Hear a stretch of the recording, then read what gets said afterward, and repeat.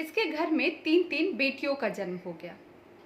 तो इसने ज़रूर पिछले जन्म में किसी से कर्जा लिया होगा और अब उसी कर्जे को उतारने के लिए अब ये क्या करेगा, तीनों बेटियों की दहेज देगा और तब जाकर इसका कर्जा उतरेगा। इसलिए इसके घर में क्या हुई, 3-3 बेटियां होगी। तो आप भी इस तरह की कई बातें सुनते होंगे या इवन करते भी होंगे कि पिछले जन्म में इसने ऐसा किया इसलिए इस जन्म में इसके साथ ऐसा हो रहा, पिछले जन्म का ये कर्म है इसलिए इस जन्म में ऐसा हो रहा है। आपने सुना होगा लोग कहते हैं देखो पिछले जन्म का नतीजा है, देखो इसका बच्चा जन्म से ही बीमार है। तो उस बच्चे को क्या बोला जा रहा है कि ये बच्चा तो अभी संसार में आया ही है, इसने तो कर्म शुरू भी नहीं किया करना और अभी इसके साथ जन्म लेते ही इसको बीमारी हो गई। इट मीन्स कि ये जरूर इसके पिछले जन्म का नतीजा है, इसलिए इसके साथ ऐसा हुआ है ना। या फिर कोई बच्चा बहुत जल्दी मर जाता है, उसकी मृत्यु हो जाती है, तो भी लोग ऐसी बातें करते हैं माफ करिएगा। या फिर लोग कहते हैं कि देखो ये गरीबी में पैदा हुआ, तो ये गरीबी में पैदा हो रहा है तो इसका मतलब कि पिछले जन्म में इसने जरूर कुछ गलत काम किया होगा, जरूर कोई बहुत बड़ा पाप किया होगा जो ये गरीबी में पैदा हो रहा है। तो ये आपकी सोच है, ये आपकी गलत सोच है। गलत सोच इसलिए कि आप सोचते हैं कि अमीरी में पैदा होना अच्छी बात है और इसीलिए आप उससे आकलन कर रहे हैं। तो इसका मतलब कि आप लोभी हैं, आपके मन में लालच है, आप पैसों को, आप लग्जरियस चीज़ों की तरफ आकर्षित होते हैं। इट डजेंट मीन कि जो गरीबी में पैदा हुआ वो पिछले जन्म के उसके कर्म का नतीजा है। तो आप समझ गए होंगे कि हम आज किस पर बात करने वाले हैं। तो हम बात करने वाले हैं पिछले जन्म पर, कि क्या पिछला जन्म होता भी है या पिछले जन्म में किए हुए किसी कर्म का जो रिजल्ट है या फिर जो इम्पैक्ट है वो इस जन्म में पूरा होता है, या फिर ये सब चीज़ सिर्फ और सिर्फ एक भ्रांति है, सिर्फ और सिर्फ गलत बात है। तो चलिए इस पर बात करते हैं। देखिए सबसे पहली बात कि ये जो बातें हैं जो बता रहा है लोग, जो भी बताया जा रहा है कि ये ऐसा है वैसा है, पिछला जन्म, अगला जन्म, पूर्व जन्म, जो भी हो जन्म। तो सबसे पहली बात कि अगर कोई भी ऐसी बातें आती है तो हमें क्या करना चाहिए। तो सबसे पहली बात कि हमें करना चाहिए, दो हमारे पास ऑप्शन है, हम अध्ययन करें। और मुझे लगता है कि मैं लगभग अपने बहुत सारी वीडियो में मैं बोलती हूँ इस बात को कि अध्ययन करें। जब तक हम अध्ययन नहीं करेंगे तो फिर वही बात हो जाएगी, किसी ने कुछ बताया और हमने मान लिया, बस हम मान लेते हैं, हम जानते नहीं। जबकि हमारा वेदांत हमें कहता है मानो नहीं, जानो, जानने की कोशिश करो, लेकिन हमें उससे मतलब ही क्या है। तो यहाँ पर बात यह है कि आप या तो अध्ययन कर ले। अध्ययन किसका, अब ये नहीं कि 10 रुपए में पंडित जी ने कोई किताब लिख दिया, उसको पढ़ लिया, पूर्व जन्म, हाँ पूर्व जन्म होता है। अरे भाई, अध्ययन करने के लिए आपके पास, हमारे पास एक बहुत ही ऑथेंटिक सोर्स है। आप वेदांत पढ़ ले, आप वेद पढ़ ले। तो ऐसी कई हमारे पास ऑथेंटिक पुस्तकें हैं जो बड़े बड़े ऋषि मुनि लिख कर गए, जो सही मायने में साधु संत थे, जिन्होंने साधना की। साधु मीन्स क्या, अब साधु मतलब ये नहीं कि हमने दाढ़ी बढ़ा लिया, गेरुआ वस्त्र पहन लिया, 2-4 वो लाइन्स याद कर लिया और हम साधु बन गए। नहीं, साधु मीन्स जो साधना करता है। हर वो व्यक्ति जिसने अपने पूरे जीवन को बस साधना में बिता दिया, वो रियल साधु है। ये बैठ के प्रवचन देना तो साधु तो ऐसा तो कोई भी बन जाए, जिसने बल्ब बनाए, जिसने फैन बनाए, जिसने लाइट, जिसने मतलब इतनी सारी चीजें हमें दी, तो वो क्या है, वो साधु है। क्यों? क्योंकि उसने अपने पूरे जीवन को बस उसी एक चीज में लगा दिया, साधना करने में लगा दिया, तो वो रियल साधु है। तो यहाँ पर हमारे ऋषि मुनियों ने इतनी सारी चीजें दे दी हमें पढ़ने के लिए, लेकिन हम पढ़ते कहाँ है, क्योंकि हमें तो वो चीजें समझ में आएगी नहीं, क्योंकि वो हमारी चेतना को जागृत कर देगी। हमें चेतना को तो समझना नहीं, हम बस शरीर को ढोते जा रहे हैं। और दूसरा ऑप्शन है साइंस, या तो आप साइंस को पढ़ लीजिए।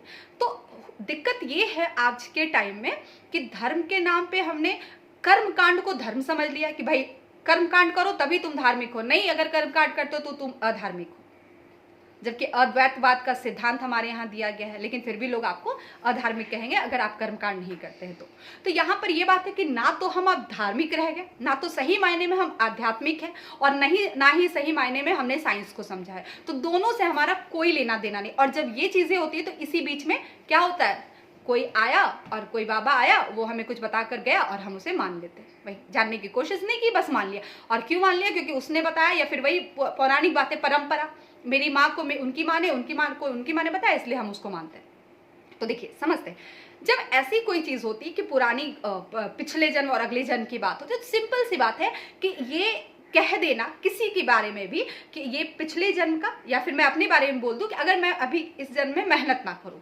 और मैं कुछ अर्न ना कर पाऊँ, तो इट मीन्स कि मेरे में कमी है, मैं मेहनत नहीं कर रही हूँ, मैं उस तरह से मतलब हार्ड कुछ जिसको कहते हैं कि बहुत ज़्यादा मेहनत नहीं कर पा रही हूँ, ठीक है।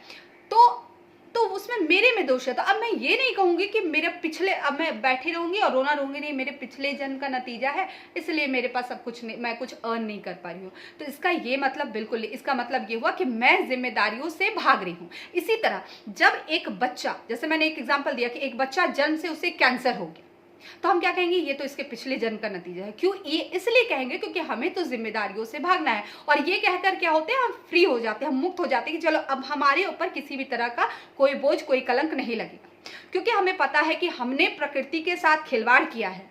तो प्रकृति के साथ इतना बड़ा खिलवाड़ किया है, तो आप ग्लोबल वार्मिंग देख ही रहे हैं, और उसका असर इस तरह से हो रहा है कि उसका असर इतना ज़्यादा है कि आज जो बच्चे पैदा होने के साथ उनको कैंसर हो रहा है, या कैंसर जैसे जो बीमारियां हैं उसका एक कारक वो भी है।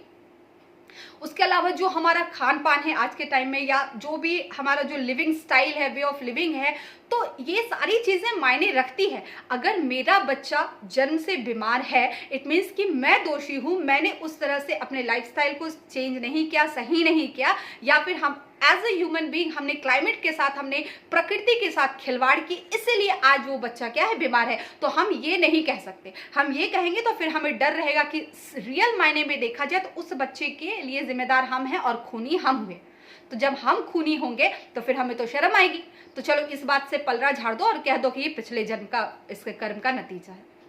तो हम जिम्मेदारी नहीं लेना चाहते, हम चीज़ों को टाल देते, हम मेहनत नहीं करना चाहते। कोई आकर कह दिया कि तुम्हारे कुंडली में कुंडली देख लिया और तुम्हारे में तो ये है ही नहीं, पैसा है ही नहीं, तो अब मैं क्या करूँगी, मैं तो बैठ जाऊँगी कि नहीं मेरी कुंडली में पैसा नहीं है, मेहनत करके भी क्या मिलना है।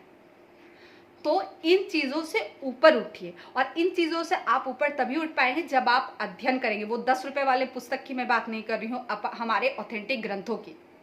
और क्या होता है कि जहाँ श्रद्धा नहीं होगी ना, हम क्या करते हैं, विश्वास करते हैं। हाँ, किसी भी चीज़ पर विश्वास कर लिया, तो जहाँ विश्वास होगा वहाँ अविश्वास भी होगा, और जहाँ श्रद्धा होगी वहाँ विश्वास अविश्वास की कोई जगह ही नहीं रहेगी। और लेकिन जब तक आपके मन में श्रद्धा नहीं होगी तब तक आप जो है अंधविश्वासी बने रहेंगे। तो यहाँ पर आज के टाइम में धर्म के नाम पर लोग धर्म कब और अंधविश्वासों को ज़्यादा बढ़ावा दे रहे हैं, जिसमें से एक एग्जाम्पल है पिछले जन्म और इस जन्म का। और जहाँ तक पुनर्जन्म की अगर हम बात करें तो मैं आपको बता दूं कि हाँ, पुनर्जन्म होता है। अब आप कहेंगे कि अभी तक तो मैं इस बात को काट रही थी, चलिए मैं बताती हूँ। पुनर्जन्म होता है इसी जन्म में। वो कैसे? आप जब बच्चे होते हैं, एक तो आपका जन्म हुआ कि बायोलॉजिकली आपने जन्म लिया। चलिए मैं वेद से जोड़ के बता रही हूँ आपको। वेद में द्विज का कॉन्सेप्ट आपने पढ़ा होगा कि 2 बार जन्म लेना। तो एक, जब हम बायोलॉजिकली जन्म लेते हैं, बायोलॉजिकली हमारा जन्म हुआ, और दूसरा जब हमें ज्ञान की प्राप्ति हो जाए। जब आप बच्चे होते तो आपको नहीं पता होता कि ये पृथ्वी क्या है, क्या सूरज है, क्या चंद्रमा है, क्या इसके काम है, नहीं पता होता। लेकिन जब आप बड़े होते, जब आप अध्ययन करते, तो जब हम अध्ययन करते हैं तो हमारा एक नया जन्म होता है। और यहाँ पर अध्ययन से मतलब सिर्फ और सिर्फ डिग्रियां पा लेना या सिर्फ और सिर्फ स्कूल कॉलेजेस में टॉप कर लेना नहीं। यहाँ पर अध्ययन का मतलब स्वबोध, आत्मबोध, आत्मचिंतन करना। और जिस दिन आप ये कर लेंगे उस दिन आपका पुनर्जन्म हो जाएगा। चीज़ों को देखने का, समझने का नजरिया ही क्या हो जाएगा, पूरी तरह से बदल जाएगा। और नहीं अगर आप ऐसा करते तो फिर इन्हीं तरह के अंधविश्वासों में आप पड़े रहेंगे। आए दिन कोई ना मार्केट में बहुत सारे बाबा आएंगे, आपको ऐसे ही ठग कर आपसे चीज़ें लेके जाएंगे। तो यहाँ पर ये समस्या है कि हम आत्मबोध, आत्मचिंतन नहीं करते, और इसी के कारण बहुत सारी समस्या आए दिन कुछ ना कुछ दिखने लगती है। हम उन चीज़ों को मान लेते हैं कि भाई कोई आया, कोई कह के, एक मैंने वीडियो देखा, एक महिला थी, वो बता रही थी कि नहीं, एक बाबा ने कहा कि तुम्हारे घर, मतलब उस महिला का कोई बच्चा पहले होगा, उसकी मृत्यु हो गई। तो फिर एक बाबा के पास गई और बाबा ने कहा कि नहीं, तुमको अब अगले साल क्या होगा, या जब भी तुमको अब एक बेटा होगा। और संयोग देखिए कि उसको एक बेटा भी होता है। और उसके बाद क्या होता है कि वो महिला अब उस बाबा के प्रति तो पूरा ये हो जाएगी, इन्फ्लुएंस हो जाएगी कि नहीं, बाबा ने बोला। तो बाबा ने 100 बात बोला होगा, हम ये नहीं देखेंगे उस 100 बात में कितनी बातें नहीं मिली, हमने देखा कि ये मिल गया। अब सिंपल सी बात बताइए, किसी को भी बेटा हो रहा है, इसमें बाबा का क्या रोल है? अभी आए दिन तो बाबा, पता नहीं अलग अलग बाबा क्या क्या बताते हैं। कोई कहते हैं कि गाय का गोबर खा लो तो गोबर में दिए हुए, गोबर से निकला हुआ जो गेहूं मिले उसका ये खा लो, वो खा लो तो बेटा हो जाएगा। अरे सिंपल सिंपल सी बात है, जब आपने पढ़ा, ये तो बचपन में आपने पढ़ा है कि एक्स क्रोमोसोम और वाई क्रोमोसोम, महिला में वाई क्रोमोसोम नहीं होता है, पुरुष में वाई क्रोमोसोम होता है। तो जब एक्स क्रोमोसोम और वाई क्रोमोसोम मतलब गुणसूत्र जो होता है, गुणसूत्र, जब एक्स गुणसूत्र और वाई गुणसूत्र मिलेगा तभी आपको बेटा होगा, ना तो गाय के गोबर खा लेने से और ना ही किसी बाबा के कह देने से वो वाई क्रोमोसोम बन जाएगा। ठीक है, तो ये सिंपल सी बात है।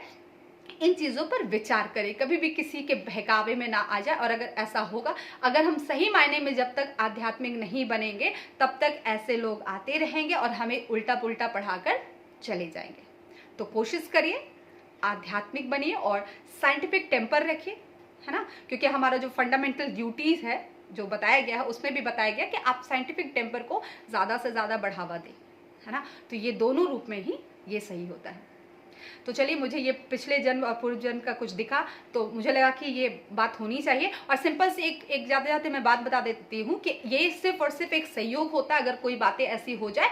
अब रैंडमनेस इसको आप कह सकते हैं, और रैंडमनेस को अगर आप किसी भी रैंडम हुई चीज़ पर अगर आप कॉज इफेक्ट लगा दोगे तो वहाँ पर फिर क्या होगा कि आप बेवकूफ़ बनते रहेंगे, जीवन भर आप बेवकूफ़ बनेंगे और लोग आपको बेवकूफ़ बनाते रहेंगे। अब सिंपल सी बात है कि एक समुद्र है, उस समुद्र पर जब लहर उठता है तो लहरें तरह तरह की, कोई लहर बहुत बड़ी लहर बनती है, कोई छोटा लहर उठ रहा है, तो तरह तरह की लहर। तो आप उस लहर में तो नहीं कहेंगे कि देखो ये छोटा लहर है इसका, तो इसलिए इसका मतलब छोटा लहर क्यों उठ रहा है, क्योंकि ये समुद्र का, ये पिछले जन्म का ये है इसलिए। तो ये बातें एटलीस्ट सोचिए, और अभी जो जन्म मिला है उसमें कुछ करने का सोचिए, उसमें कुछ आगे बढ़ने की सोचिए। पिछला जन्म क्या है नहीं है कुछ भी अभी नहीं प्रूफ हुआ है, ना तो आध्यात्मिक रूप से और ना ही हम साइंस के रूप से इसको देख सकते हैं। तो चलिए फिर नेक्स्ट वीडियो में मिलेंगे कुछ ऐसे ही नए टॉपिक के साथ। तब तक के लिए थैंक यू।